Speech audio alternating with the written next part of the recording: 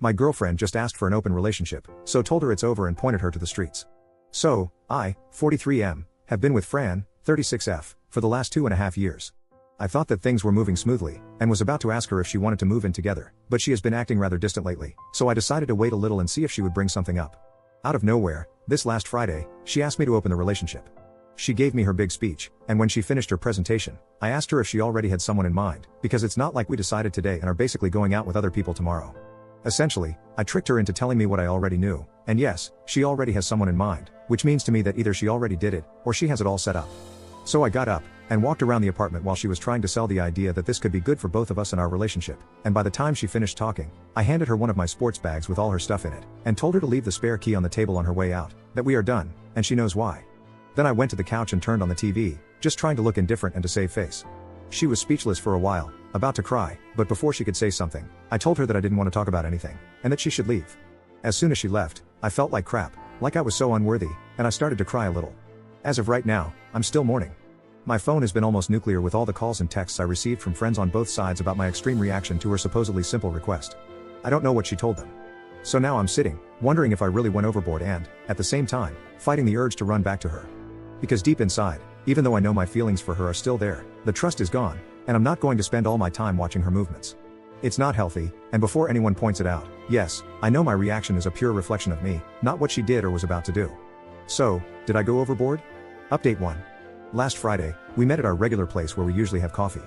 From a distance, she looked great, so great that I just wanted to forget everything that happened and drag her back to my place. It actually took a lot of restraint to not do it. When I got close to her, I noticed her sadness, and she still had her eyes irritated from crying. We sat, and before she could say a word, I asked her to tell me the entire story, and pleaded with her not to leave anything out. I needed to hear it all, and then I would ask her a few questions, needing the entire truth. The story was pretty basic. About 2 months before she asked for the open relationship, on her girls' dancing night out, they met this exotic, good-looking guy.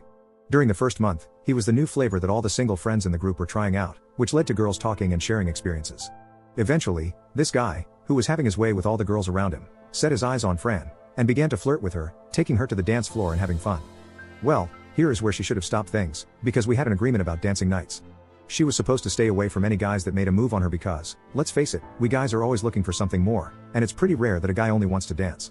Anyway, because of the excitement, she went for it, enjoyed the attention of this guy, and had a great time dancing. Looking at the timeline, this was around the time I noticed that Fran was becoming distant. Moving forward a few weeks, her friends were sharing more intimate stories about this guy, and it got into her mind. She found herself fantasizing about being with him, and he was trying to make a move on her too, but from what she told me, she didn't go for it because she was with me. Drinks and drunken friends are bad counselors, and once the idea of opening the relationship came out, they spent over 2 weeks chatting about how to convince me. They believed that because a long time ago, I had three-way intimacy and also swung a little, I should be okay with the idea of opening the relationship.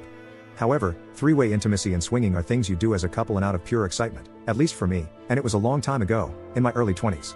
All this led to the day she asked me to open the relationship. She told me that she and her friends never thought that I would end the relationship at that moment, that the worst scenario would be me getting angry and saying no, so it shouldn't have been a big deal in just asking. At this point, I interrupt her and tell her that she should know better. We were together for over 2 years, and I always share my thoughts about everything with her.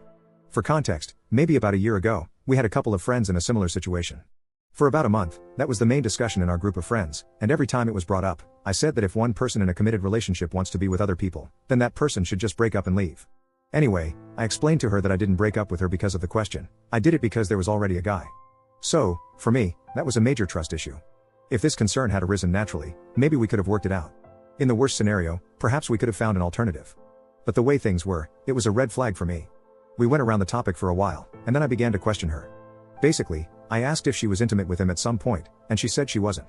If she developed some feelings for him, she didn't. And lastly, if she has seen this guy again, and that was also a no. Even if that isn't much, it was a small relief, but I explained to her that I can't go back to her, and that I need to close this for my own health. Also, I told her that we share a lot of friends, and I don't want to lose any of them because of this.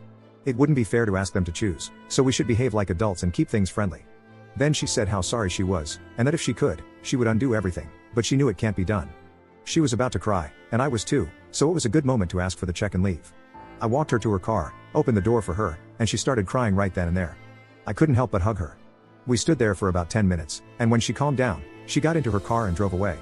I was in shock and didn't know how to feel, so I went home, grabbed my camping gear, and drove to the mountains, spending the entire weekend there to clear my mind. Early this morning, I was driving back to the city, and the moment my phone grabbed a signal, It got flooded with messages from friends and family, all worried because I basically disappeared without telling anybody.